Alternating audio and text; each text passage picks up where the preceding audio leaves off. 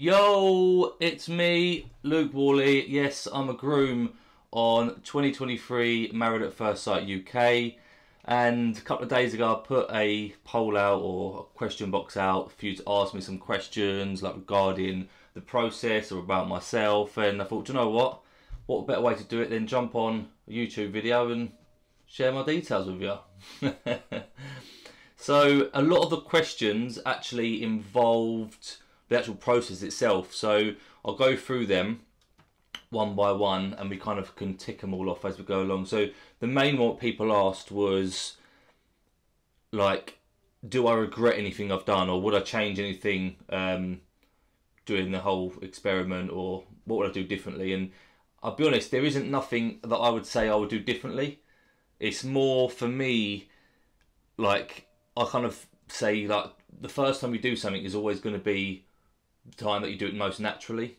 If you're going to kind of want to change things or do things differently, it means you're kind of thinking about them too much. So I feel while I was in the experiment, I was natural and I try to be as true to myself as I possibly can. Obviously, there's situations what you never come across before, like marrying a stranger. So obviously, like in that sort of moment, it's quite surreal where like you're waiting at the end of the aisle. You don't know what she's going to look like. You don't know what she's going to sound like. You don't know where she's going to be from. Like, and also not only that, people seem to forget like her family and friends were there along with my family and friends. So not only was I nervous about meeting her for the first time, like I'm waiting at the end of the aisle and her family or friends like are behind me to the side, and it's like you can tell they're all like you can hear them all whispering. You can tell they're talking about me and like they're kind of speculating whether she would like me or not. And I'm pretty sure one of them said like she doesn't think they will like me or something. So like you can hear all that going on, and also then you've got like smile and pretend you're nervous to your family and stuff. So yeah, I wouldn't change anything about the whole process. Look, there was things that went on in there which you guys will get to see, which some people might agree with it, some people might disagree with it, but yeah, when it happens, let me know. Do inbox me on Instagram or something to let me know how you feel about each episode, because I will reply to the messages as much as I can. Next question is, did I make any friends in there while I was there? And like, do I still speak to people now the filming's over? And the answer is yes. Of course, I think when you get into like an experiment like Married at First Sight, you're away from home. So you haven't got your friends that you've got at home or your family. You can make the odd phone call to them, or you can send your text to kind of keep in touch with home. But it's not the same. Like normally, I'd go down the pub with my pals a few days a week and kind of like discuss how I'm feeling and kind of we have a bit of a chat about stuff. And like in there, we couldn't really do that. So you do form like friendship groups, and yeah, I'm like really close with Thomas.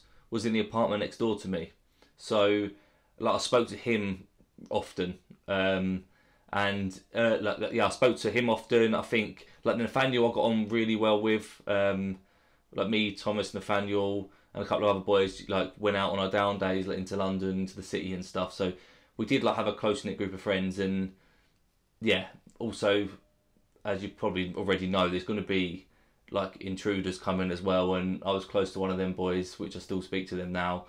And yeah, look, there's also enemies made. Do you know what I mean? Like there's one person in particular we didn't really see. If I'm honest, we saw eye to eye at first, and it kind of yeah.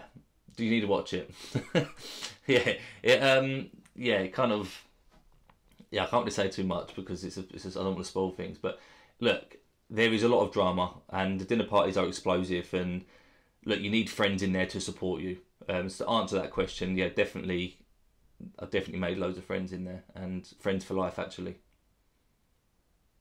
So another question that come about was, what was it like applying? Like, what was the application process like? And would I recommend it to anyone else? And if I'm honest, I would recommend it. It's a journey. It's not for the faint-hearted, definitely not. It's not something that I would say do if I mean, if you can't take criticism and if you're not very good in social settings, I personally wouldn't do it. But if you can take a bit of criticism on the chin, and you are going to have confrontation in there, if you can take that, then there's no reason you shouldn't.